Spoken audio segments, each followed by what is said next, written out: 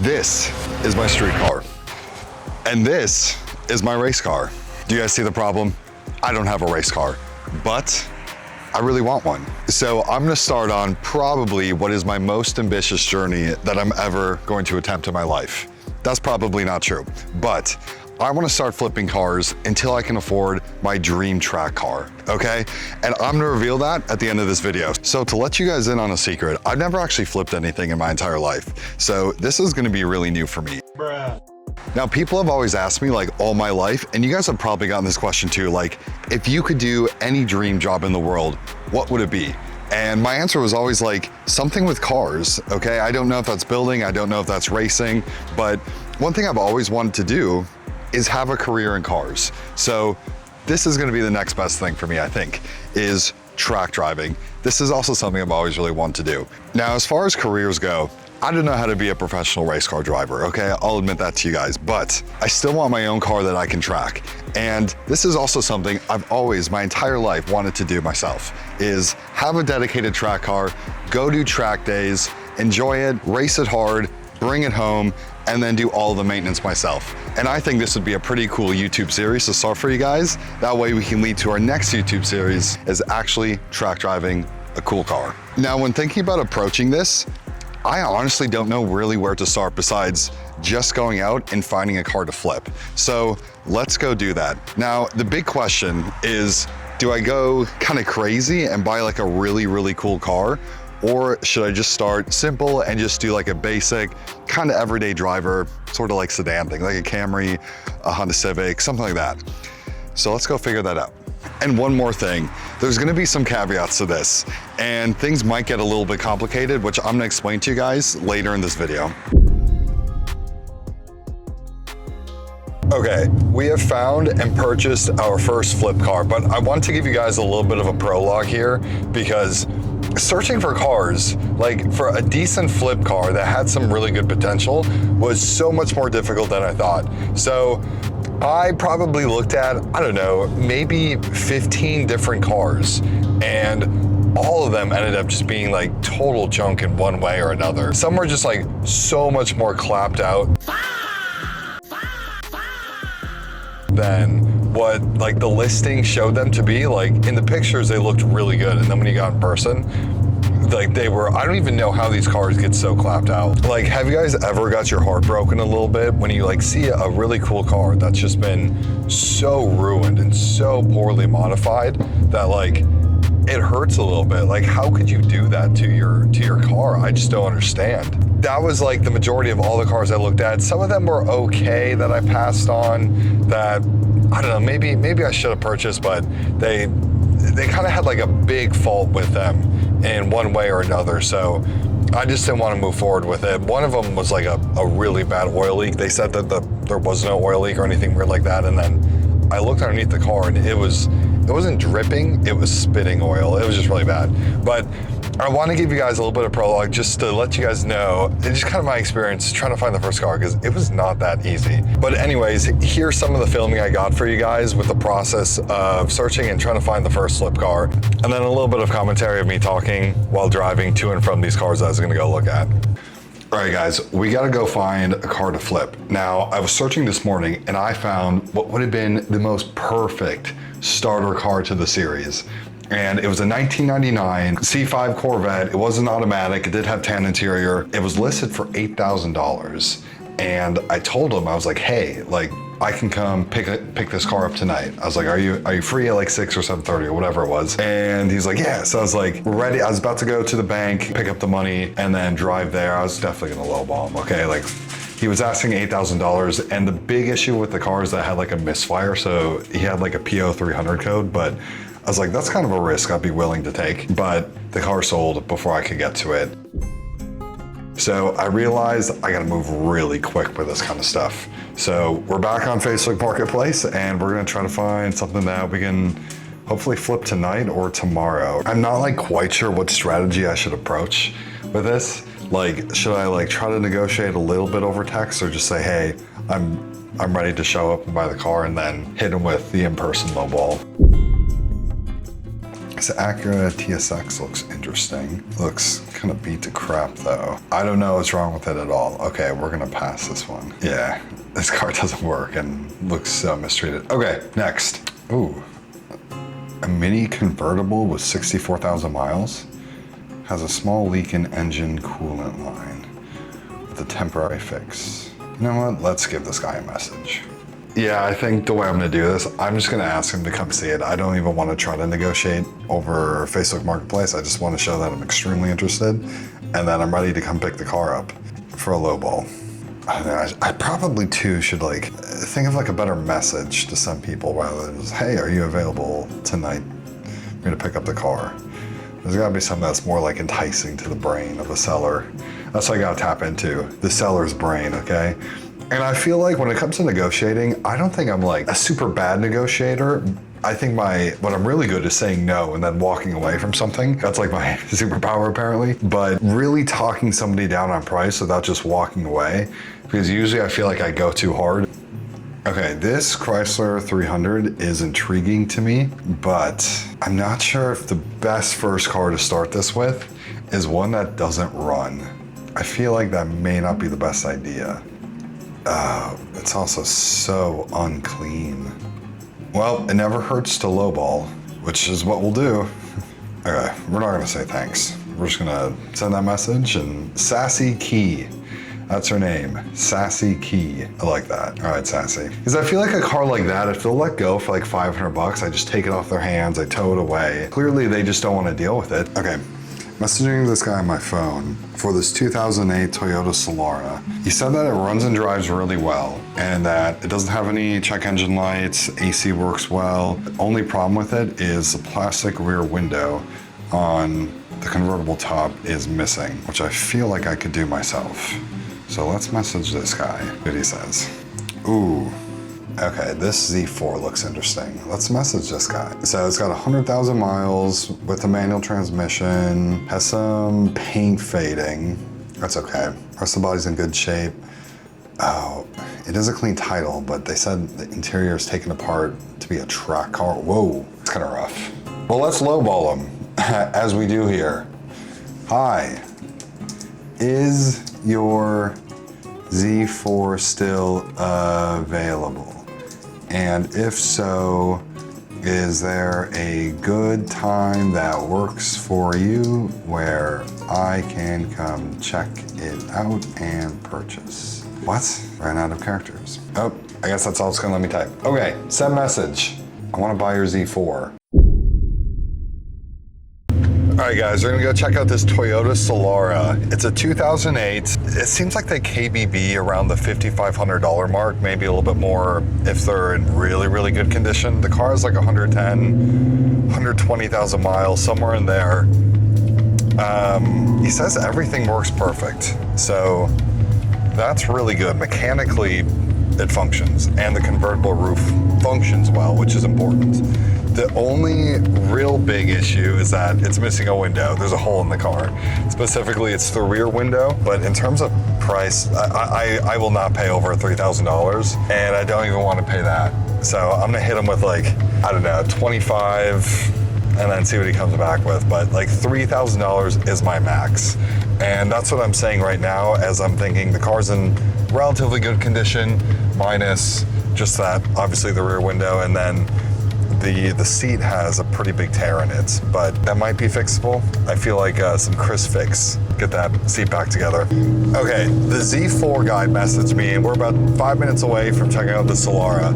So after that, if he's still free, this doesn't take too long, I'm gonna go check out that Z4. All right guys, we just checked out the Solara. That car's not a good deal. So I met the guy, he seemed like a pretty cool dude, but like, literally like could not stop saying how perfect and mint the car was. It runs so perfectly, everything's perfect about it. Like he just like wouldn't stop saying how mint it is. One, it was not mint. It's definitely been in an accident. You can tell there's some panel gaps in the front, panel gaps here and there. I don't think any of it was really terrible. None of it really turned me off from wanting to buy the car, but yeah, the seats need to be repaired. The missing window, obviously a thing, and it looked like it was kind of torn even worse than really the picture showed. And then he kept like recommending all these things, how to fix it and stuff, and I'm like, dude, if I'm gonna buy this car, and if it's as mint as you say it is, it needs to be repaired professionally. So I don't know why you're showing me Amazon clear film products that I cut and sew in. Like, yeah, it just wasn't the deal. And then I asked him, I was like, well, yeah, tell me about, how long have you owned the car? Like, what's it been like for you? And he was like, oh, I flip cars, man. I was like, oh, okay. So I was like, so there's not really a lot of room in it for you. He's like, no, not really. So I told him, I was like, hey, like the best I'll do is 2,800. And he's like, no, I won't do that. And he's like, yeah, I'll do like 35. I was like, no, there's no shot. Like, it's missing a window. It's not even close to as mint as you're trying to tell me. Like, I don't know. It's like one of those things, like, he's like trying to tell me how perfect the car is. And it seemed like it was a relatively well taken care of car for sure. But he's like trying to tell me like how just like impeccable and flawless it was. I'm like, dude, I'm looking at the car right now. It's not flawless, which again, I'm not looking for a perfect car. It actually, it seemed generally really well taken care of, but yeah, no, way too much money for a car that's needing way too much in expense for repairs. Not the car to buy, but we're gonna stop and get some gas, and then we're gonna check out the Z4. The Z4, this is the one I had a good feeling about. The Solara, not so much, but this one I feel like has some potential. As long as the interior is not too beat up, we might have something here, boys. All right, guys, quick update. We're heading down to go check out that Z4, which I'm like super excited about. But the Solara guy, he messaged me back when I left. He's like, hey man, if you do 32, it's yours. I still told him no. I told him, like a convertible rear window fix is not cheap. To have it done professionally. I told him I'd still be at 3K. But anyways, on to the Z4. We're gonna go check it out. I'm gonna try to withhold my excitement. Okay, one more update for you guys while we're driving to look at this Z4. Hopefully we buy it because God, this car excites me.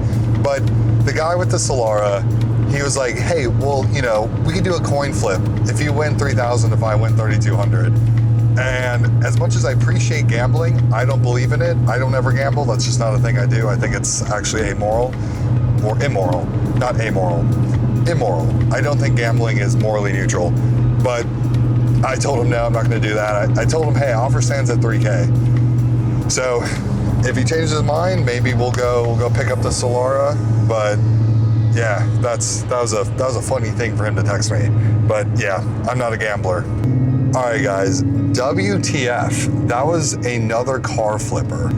Why am I picking these people who flip cars? That's not who I want to buy a car from. But yeah, we checked out the Z4. That thing was so just total junk, like truly total junk. I wouldn't touch that car with a 15-foot pole. I offered him like 600, and he's like, no, dude, I already have 30 people that'll give me 1,500 for it. So I was like, all right, man, good luck with that. It won't be me, but if you have 30 people lined up, then attend to them, because there is no shot I was paying 1,500 for that. I figured like it was, the interior was stripped a bit, but just some Lego assembly and you'd have the car kind of back to normal. No, that thing was held together. Like there was duct tape everywhere. The hood was like total rust, total beat on, primer everywhere on the car, missing the door handles. The windows wouldn't go up or down. They were held in by duct tape. It rattled like a Moroccan. Like that car, like I didn't even drive it. I wasn't gonna waste the dude's time, but yeah, no, I felt kind of bad because he told me, he's like, oh no, man, I already have 30 people lined up to give me 1,500 for it. I started like laughing. I was like, that's probably rude of me. Shouldn't have laughed in his face for that, but no, that car, holy crap, not even close. I wouldn't. It like makes me sick to my stomach spending $1,500 on a pile of crap. All right, you guys, day 2-ish of trying to find a car to flip, our first car, and I think we may have found something intriguing. Okay, so it's a 2005, and I'll show it on the screen here. It's a 2005 Mazda RX-8 Shinka. So we're gonna go check that out. Now, he's asking $3,500. It's got, I think like 130,000 miles, a new engine rebuild 30,000 miles ago. He did the ignition and coil packs, not coil packs, but the ignition and coil system, which is important for Mazda RX-8s. He also has a new clutch. So kind of, the main things have been done with the car. I know what you guys are thinking. that is such a risky car. RX-8s are so notorious for their reliability problem. You know, we're gonna risk it, okay? Risk it for the biscuit. So we're gonna go check it out. And I think if I can get it for a really good price, I mean, I'm gonna lowball the crap out of him, but I kind of told myself if I could pick it up for like 27, maybe 28, then I'll do it. And that RX-8 ended up being total crap. Like, it was one of those cars that I don't even know how people can do this to their cars. It blows my mind sometimes. That RX-8 looked like it's been in a car crash, but without ever touching anything. But the funny thing is after I saw that RX-8, I kind of got obsessed with RX-8s for about a week or a week and a half. So when I was in high school, one of my friends had an RX-8 and he let me drive it. And that's like when I like completely fell in love with them. And then I was like going hard in the paint trying to find like an RX-8 to buy and then to flip for the series. But after a little bit, I kind of realized that an RX-8 is probably not a really good flip car. The market's really weird on those, and there's so much kind of like inherent and inbuilt risk when buying one of those cars just because the engines like to grenade themselves. But when I was back in Texas visiting my mom over the 4th of July, there was a yellow 2004 Mazda RX-8. I know 04 is not really the year that you want because it's the first year of them, but there was a yellow 04 RX-8 and it was in relatively clean condition. It certainly wasn't perfect, and that's kind of what we're looking for here. So I went to go check the car out, talked to the guy. He was really cool, really nice. We kind of settled on a price. It was like $4,900 or something, which even to me felt a little high. Probably didn't leave a whole lot of room in the flip, but we settled on $4,900 the next day. So I was busy doing something, which is kind of a story I could probably tell you guys. But anyways, I was busy doing something and he was like, hey, I could come bring the car to you. And it wasn't that bad of a drive. It's probably like 15 minutes. So I was like, yeah, man, if you want to do that, I got cash ready. We'll sign the title over, you know, bada boom, bada bing, easy day.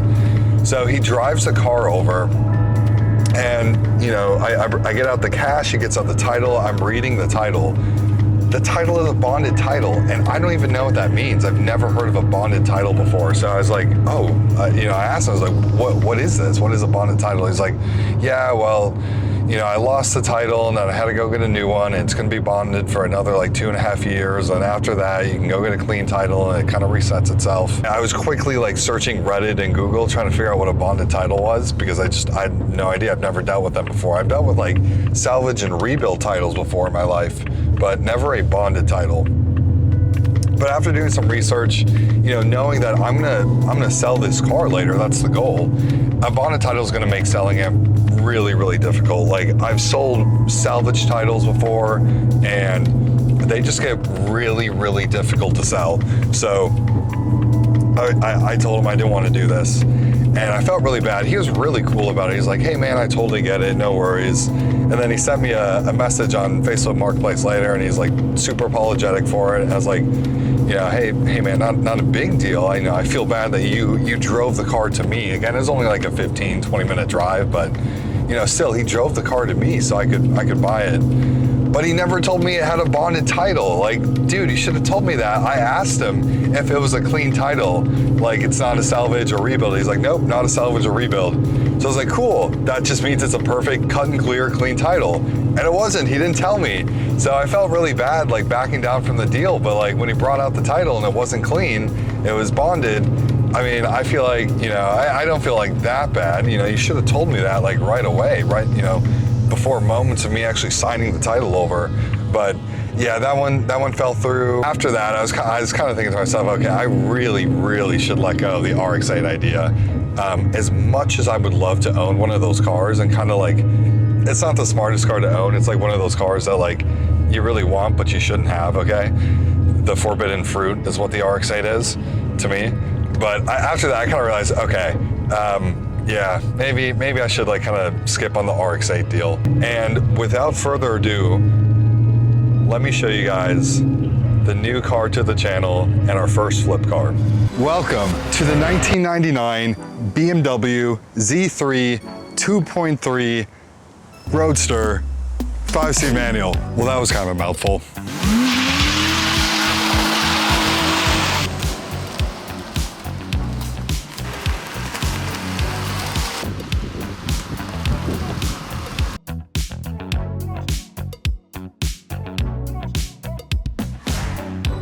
And I know what some of you are probably thinking, it's kind of a girl's car, but I'm gonna try to make the case why it actually isn't a girl's car.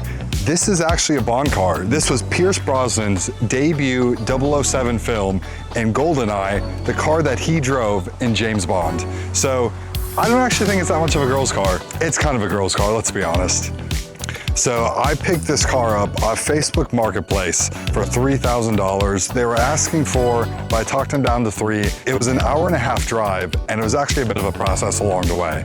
So I drove my Mustang an hour-and-a-half from Tampa to Claremont, bought the Z3, then drove that car an hour-and-a-half back home all the way to Tampa to my apartment, and then I took an Uber with probably the craziest life stories I've ever heard from a driver, back to Claremont, and then drove my Mustang back home to Tampa. Now, I think I could probably get $6,000 or $7,000 out of this car trying to sell it, but let's talk about what we need to fix first. So let's go over the pros of the con first. The car's actually been kept very well. The paint's in extremely good condition, considering that this car is 27 years old and it's been polished and buffed before. The wheels are also in great condition. The tires have a lot of tread left, and the brakes and the pads have just been replaced. The engine bay is super clean. There's no oil leaks, there's no weird noises, the car runs great, and there's no check engine lights. The convertible top works really well manually. There's no rips, there's no tears, there's no stains. Although the motor may be out, but we're gonna troubleshoot that at a later time. See if we can try to fix that. Interior is also in really good condition. Overall, it's been really well kept. Now, it's not perfect, but again, considering this is a 27-year-old car, the interior looks a lot better than some of the modern cars that I've seen. Now let's talk about the cons. Although the paint is in really good condition, there are a few chips and scratches here and there, so we're gonna try to buff those out. And then the headlights are in terrible condition. They're super faded, so we're gonna try to polish those up and make those look a lot better. On the interior, there's a lot of scratches on the driver's seat. Fortunately, there's no tears, so I think it should be pretty fixable. The shift boot, probably pretty worn, and then on the passenger seat, there's a few scratches. And then common with these Z3s, the door handles. They're gonna need some work, for sure. And then last but not, the passenger side door handle doesn't work, so we're definitely gonna have to fix that too. Now, I've actually been driving this car for a few days, and I'm actually kind of obsessed with it. It's like one of those cars that doesn't take itself too seriously, but it's extremely fun to drive, and I just kind of love it. Now, there's three things with this car that I want to take care of right away. So the first thing is that there's a bit of oil residue that's in the undercarriage of the car, right below the engine. Apparently there's an oil leak. This should be corrected by now. It was serviced at BMW. So I want to clean that off just to make sure that there truly is no more oil leak. And then I want to order some stuff from Amazon, things like detailers, things to correct the paint, to correct the leather, to restore some of the stuff on the inside of the car. Just a pretty big Amazon order for supplies and products that we need to make this a prettier car. And then three, just do like a kind of first initial detail. It's not gonna be like a super crazy wash, but I definitely wanna get the car clean so I have a better slate to work with. And then after, right when we're ready to sell this car, I'm gonna go through and do like a full interior disassembly and steam clean. But let's get to work so we can knock out the first three things with this BMW Z3. Oh, and fun fact for you guys, they call it a 2.3, it's actually a 2.5 liter engine. The reason BMW did this is because they wanted to space out the performance gap from the 2.8 liter model, and they thought the difference was too small between a 2.5 and a 2.8. Just a fun fact. All right, guys, so I want to clean up a little bit of the excess oil, kind of grime built up that's on the undercarriage of the car. So there was an oil leak that should be fixed by now. Now, I know the car does not leak any oil. There's no like, oil puddle whenever I leave from a parking spot or anything like that. So it should be taken care of, but I want to clean up all that extra grime just to make sure we're good. So we're going to use some car ramps for the first time. I've never used these before, but let's give these a shot.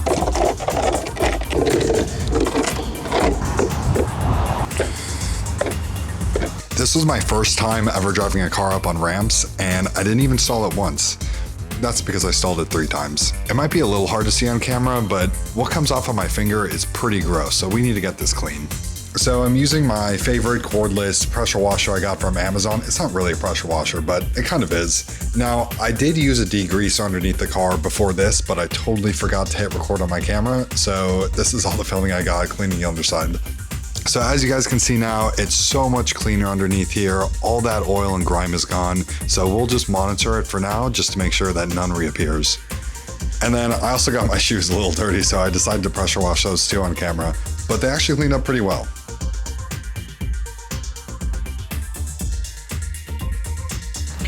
And just like that, we got the underside of the car taken care of. All right guys, now that we got that knocked out, we gotta order some stuff. Okay, so first thing on the list, interior door handles. And then we also need to order a shift boot, a shift knob, a paint compound, a paint polisher, ceramic coating, a leather seat restore kit. Now to be honest, I don't really know what that entails, so I'm just gonna do some research and kind of order something that looks pretty good. But we'll count this for whatever products we need to return the seats back to factory. And then some carpeted floor mats. Now if you guys know anything about me, one, I like to use spatulas. Bruh. Two, I hate plastic floor mats. I think they need to be ejected from the face of the earth because they're so ugly. So I'm gonna go spend too much money ordering all this stuff for the BMW Z3. And then while we're waiting for all this stuff to arrive, let's go take care of washing the car. All right guys, now let's knock out the last thing on our initial list of getting this car washed. Now, the problem is right now is it's extremely hot in Florida, especially with the sun beating down, and I'm like 99% certain my camera is gonna overheat where it is. So let's do something that's gonna be kind of weird. I think what I'll be able to get away with is I'm gonna pull my car up right next to my apartment, and then we'll do all the filming there. And that way I can keep the camera in or at least near some shade. So I think that way it won't overheat. Now the nice thing about a convertible is that you can just pop the top down to get to the interior, and it makes this way easier. So I have a weird way when it comes to washing interiors of cars. It's just a particular way that I do it. So we're starting with the floor mats. I know they're plastic. They're definitely gonna go for some carpeted ones later, but we've gotta get them clean. So I start with the vacuum, and then we just wipe them down and make them shine. Then I started vacuuming the interior of the car. Now this was just some cheap vacuum that I bought off Amazon that was supposed to work pretty well, or at least that's what the review said, but it definitely didn't. So I spent way too much time trying to vacuum things that a normal vacuum would have sucked up. Of course, my dog Kaya has to make her debut in the film. So after that, I use a carpet cleaner. Now I like using these because they tend to get rid of smells pretty well. I think a lot of the lingering smells in older cars usually is festering in the carpets. So after that, I just use like a cleaning spray and then wipe it down with a rag, and it kind of shines up the interior. I think I also found 3 or 4 pennies and a woman's hair clip. So we're definitely adding that to the profit counter. So after finishing this, I moved on to cleaning all of the glass in the car, which was really needed. Both the windshield and the passenger door was really gross and had a bunch of grime caked onto it. So cleaning the glass should make this way better. And last but not least, we cleaned the exterior of the car. Now this isn't one of my super in-depth details that I normally do, but just gave it a quick rinse, suds it down, scrubbed the paint a little bit, just knocked the top layer off, and then gave it a quick rinse. But unfortunately, while I was rinsing my car, the nozzle broke on my favorite pressure washer, so we're definitely gonna have to buy a new one from Amazon. In the meantime, I still had a few buckets of water left that I filled, so we just doused the car in that to give it a rinse. And then we give it a quick dry, our final touch up on the wheels, and then we're done. All right guys, now that we got the car all cleaned up, let's get down to business. Let's talk some brass tacks here, okay? It's not actually that serious, but the good news is we actually got the title already for the BMW Z3. In Florida, it's actually really nice. You can pay $7.50 extra to have your brand new title printed out in your name right there when you go to the tax assessor collector office. In Texas, that's not the case. They mail it to you, and it usually takes like 2 or 3 months. So that actually is a point for Florida where you can just get your title right away when you go to register your new to you used car. But there is gonna be some challenges that we're gonna run into, not relatively soon, but we are gonna run into them here. So if you guys are not familiar with this, there's a term called curb stoning. I think that's what it is. It's really stupid. So essentially what it is each state has a law about how many cars you can sell per year. And if you go over that, then they say that you're curb stoning, and you can get in trouble. I don't really know what the trouble is, but of course we want to stay away from that, which there's another caveat to that. So in Florida, you can sell 2 cars a year. And in Texas, you can sell 4 cars a year. Now, Texas is a little bit more lenient, where Texas, it's 4 cars per calendar year, where in Florida, it's 2 cars per every 12-month period. So I have a plan here. My mom lives in Texas. I live in Florida. I can register cars still under my name, but at her residence. Because I do essentially live there some plurality of the year. I go back and I visit my mom a lot. So that's what I'm gonna have to do with some of these cars. The next flip car, I actually plan to have that one registered in Texas. So we're actually gonna have to road trip that. So that'll be some good filming. But that's the problem that we're gonna run into here. Now, there's nothing really nice about it, but if I have to find the bright side and everything, in Texas, like I said, it's every calendar year. So I'm gonna really try to push for, 4 flip cars this year in 2026, and then I can do another 4 cars in January with the new year of 2027. But like I said at the beginning of this video, this is about the most ambitious thing I probably have ever attempted in my entire life. So, you roll with the punches, and we're just gonna figure it out as we go, okay? Because what else is life? Thank you guys so much for staying to the end of this video. So as promised, the big goal, the car that we're trying to get to, it's a 2014 or 2015 Camaro SS1LE. I think this would just be like the most perfect track car. I was a little hung up on the Boss 302 for a little bit, like the 2012 model year, but if you guys are familiar with those cars, you kind of know the Achilles heel. It's the MT82 that comes in those Boss 302s. We don't want that. It's not really sufficient enough for a track car, so we're gonna go with a 1314 Camaro SS1LE. And it's just one of those cars that I've really wanted to have for a long time, and we're definitely gonna get the Recaro seats in them. But we can talk more about that in a later video about why I decided to go with the Camaro SS1LE for a track car. But as much fun as this video was to make for you guys, all the good things come to an end. So thank you guys so much for coming and watching the full video of my first episode on my car flip series. We're just starting out, so I really hope that I can get these videos to be better for you guys. So in the next video, we're gonna take care of the paint, the externals, and the interior of the car. So we'll tackle that, put this up for sale, and then hopefully we buy our next car, or at least we start searching for our next flip car. Now, if you guys are not new to my channel and you've been watching my Mustang stuff for a while, this is gonna sound familiar, but if you guys are new to my channel, then one thing I want you guys to know is that I'm never gonna ask you guys to like, comment, or subscribe. I don't like that kind of stuff. I don't ever wanna be that person on YouTube. I want you guys to do that on your own volition if you guys see value. So thank you guys so much again for watching my content, watching my video. We have so much more along the way. It's gonna be quite a journey. So I will catch you guys in episode 2. Take care.